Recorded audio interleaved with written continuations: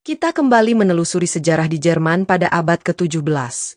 Saat malam dingin, kabut turun, dan cahaya obor berkedip di jalan-jalan sempit, orang-orang berbisik, menuduh tetangganya sendiri, dan ketakutan merajalela. Seekor sapi mati mendadak, itu ulah penyihir.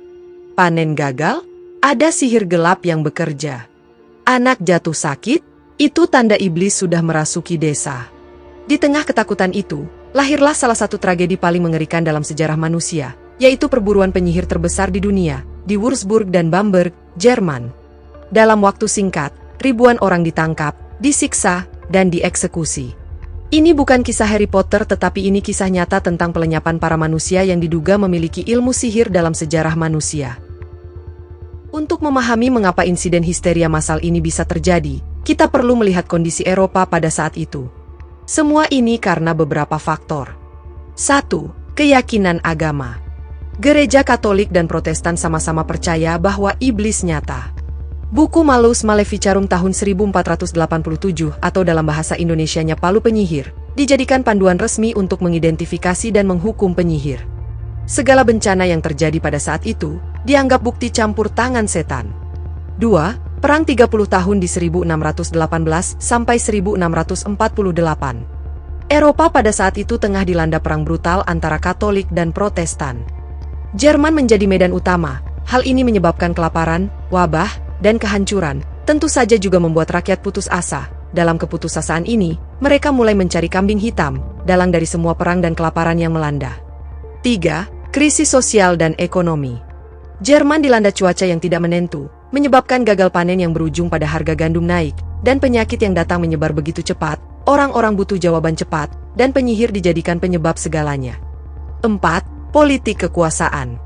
Para pangeran uskup menggunakan kesempatan ini untuk memulai sebuah gerakan, yaitu perburuan penyihir. Hal ini dilakukan sebenarnya untuk memperkuat otoritas mereka atas lawan politik, bangsawan lain, bahkan ulama bisa disingkirkan dengan tuduhan bersekutu dengan iblis. 5. Ketakutan kolektif. Begitu seseorang dituduh, ia disiksa hingga mengaku, lalu dipaksa menyebut nama lain, yang dianggap sebagai penyihir. Rantai tuduhan ini membuat perburuan meluas tanpa henti. Perburuan penyihir massal pun dimulai. Yang pertama di tahun 1626, disebut sebagai peristiwa api pertama di Würzburg, Jerman. Pangeran Uskup Philipp Adolf von Ehrenberg memulai pengadilan penyihir pertama. Wabah dan gagal panen dijadikan alasan untuk memburu agen iblis, sebutan dari sang pangeran untuk para penyihir. Perempuan yang saat itu berada di desa pertama ditangkap, disiksa, lalu dipaksa mengaku bersekutu dengan setan. Di tahun 1627, api menyebar ke daerah Bamberg. Di Bamberg, Pangeran Uskup Johann Georg II Fuchs von Dornheim membangun Hessenhaus atau rumah penyihir. Bangunan itu bukan definisi rumah yang sesungguhnya, tapi penjara khusus untuk tersangka.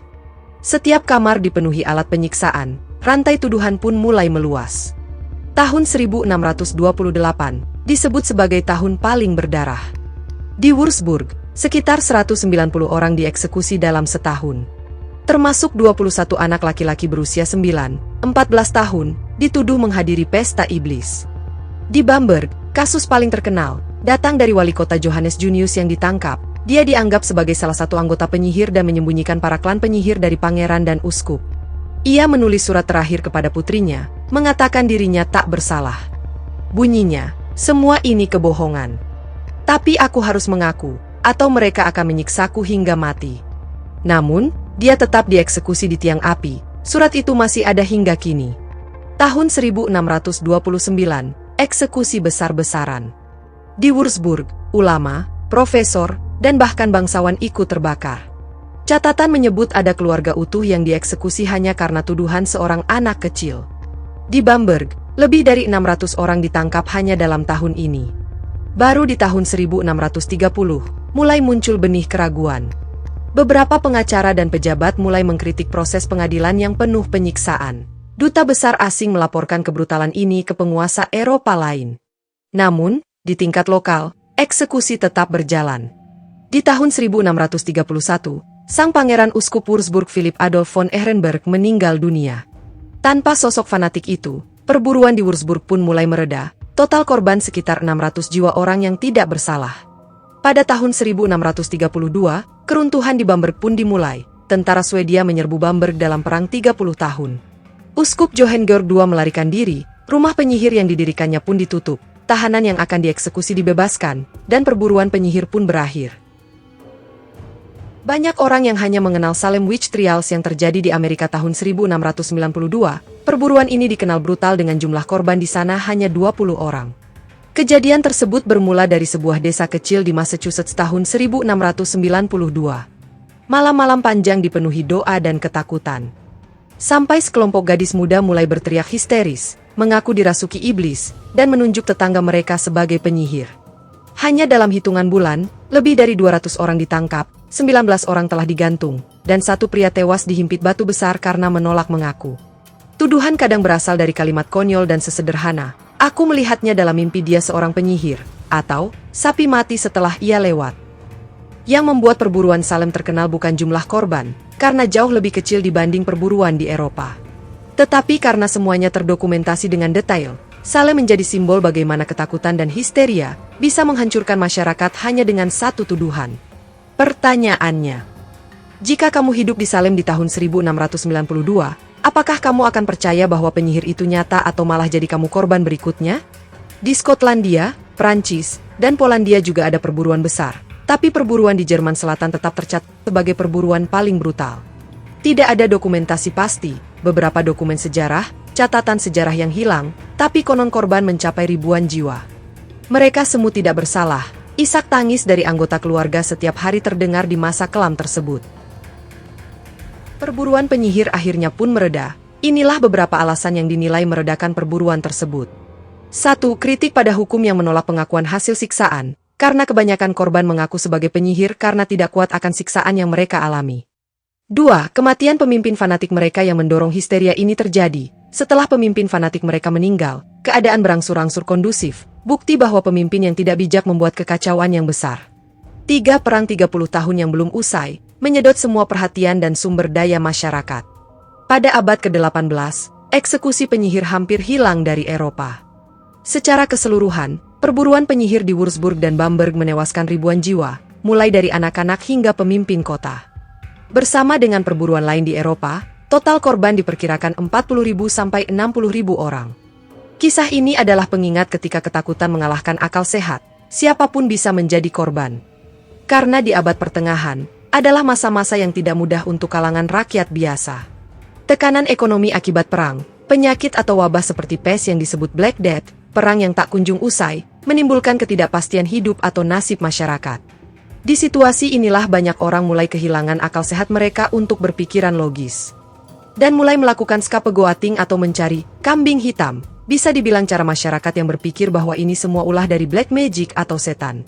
Apalagi peran gereja Katolik di Jerman pada saat itu sangat berpengaruh, jalan melampiaskan frustrasi mereka yang sangat teramat tidak masuk di akal. Kebanyakan yang menjadi korban adalah orang-orang yang marginal atau berbeda dari norma dan kebiasaan masyarakat pada umumnya. Seperti para wanita tua yang hidup sendiri, sudah dicurigai sebagai penyihir.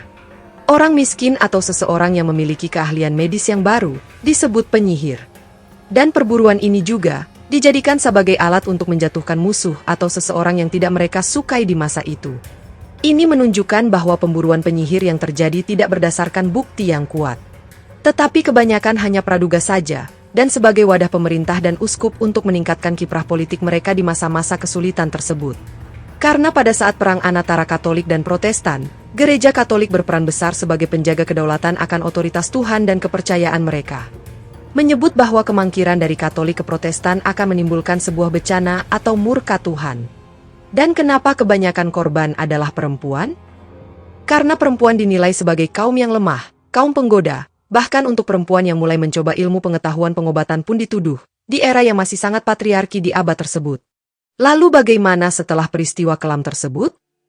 Uskup Gregor Maria Hanke pada tahun 2020 telah mengakhiri aksi tutup mulut 400 tahun Gereja Katolik Eichstätt di Bavaria, Jerman, dan berbicara tentang pembantaian penyihir di abad ke-15 sampai 18. Peristiwa itu adalah luka berdarah dalam sejarah gereja kita, kata Uskup Hanke dalam pernyataan banyak orang selama bertahun-tahun.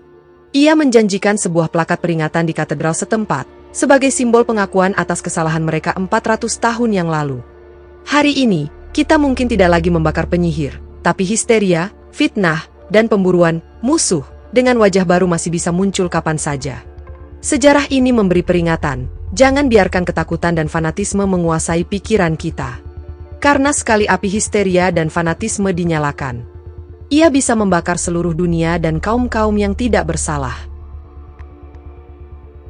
Sekian pembahasan sejarah kali ini, sejarah yang kelam di mana logika dan propaganda ada karena ketakutan manusia yang berlebihan, sehingga harus mengorbankan banyak nyawa yang tidak bersalah. Jika kalian suka dengan cerita yang saya bawakan, dukung channel ini dengan subscribe, like, dan komen. Terima kasih atas dukungan dan perhatian kalian semua. Stay happy dan healthy all.